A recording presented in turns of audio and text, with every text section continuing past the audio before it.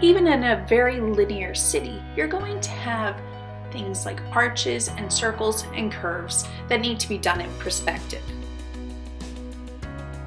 In this tutorial, I'm going to teach you how to draw arches and domes in 2-point perspective.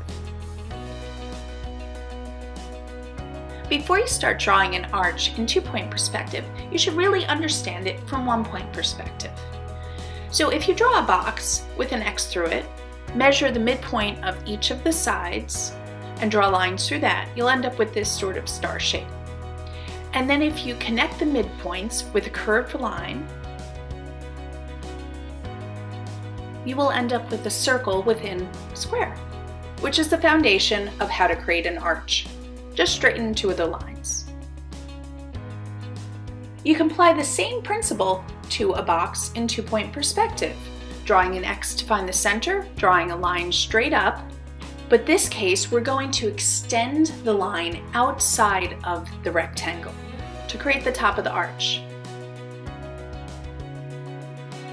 Most of the other horizontal lines or orthogonal lines will go to the vanishing point on that side of the building.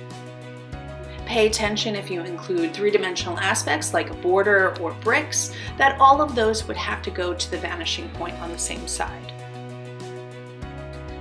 This is where adding details can really make the arch come alive and look more realistic.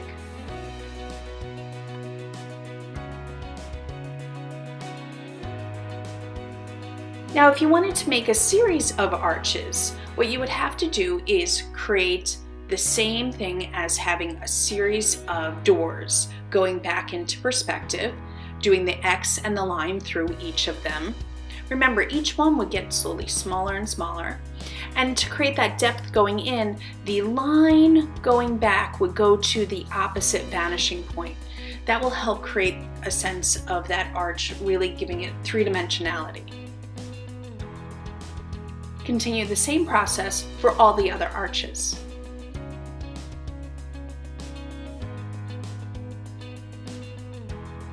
Now, to create an archway that goes in like a tunnel, you would follow the same format as before by drawing the rectangle with the X through it, the line going up the middle, but this time on the right-hand side, you're going to draw a line to the opposite vanishing point. And this is going to give the illusion that there's a wall there, that it goes in like a tunnel.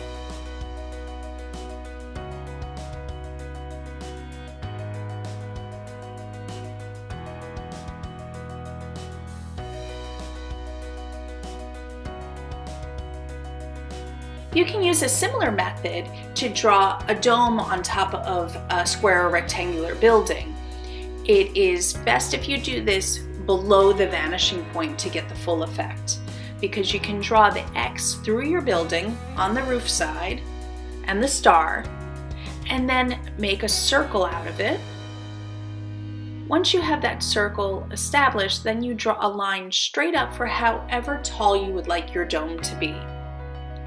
And then simply round out the edges and erase all the extra lines. And you have a dome on top of a square building. You can apply these same techniques in a variety of different ways to add a lot more detail to your drawing.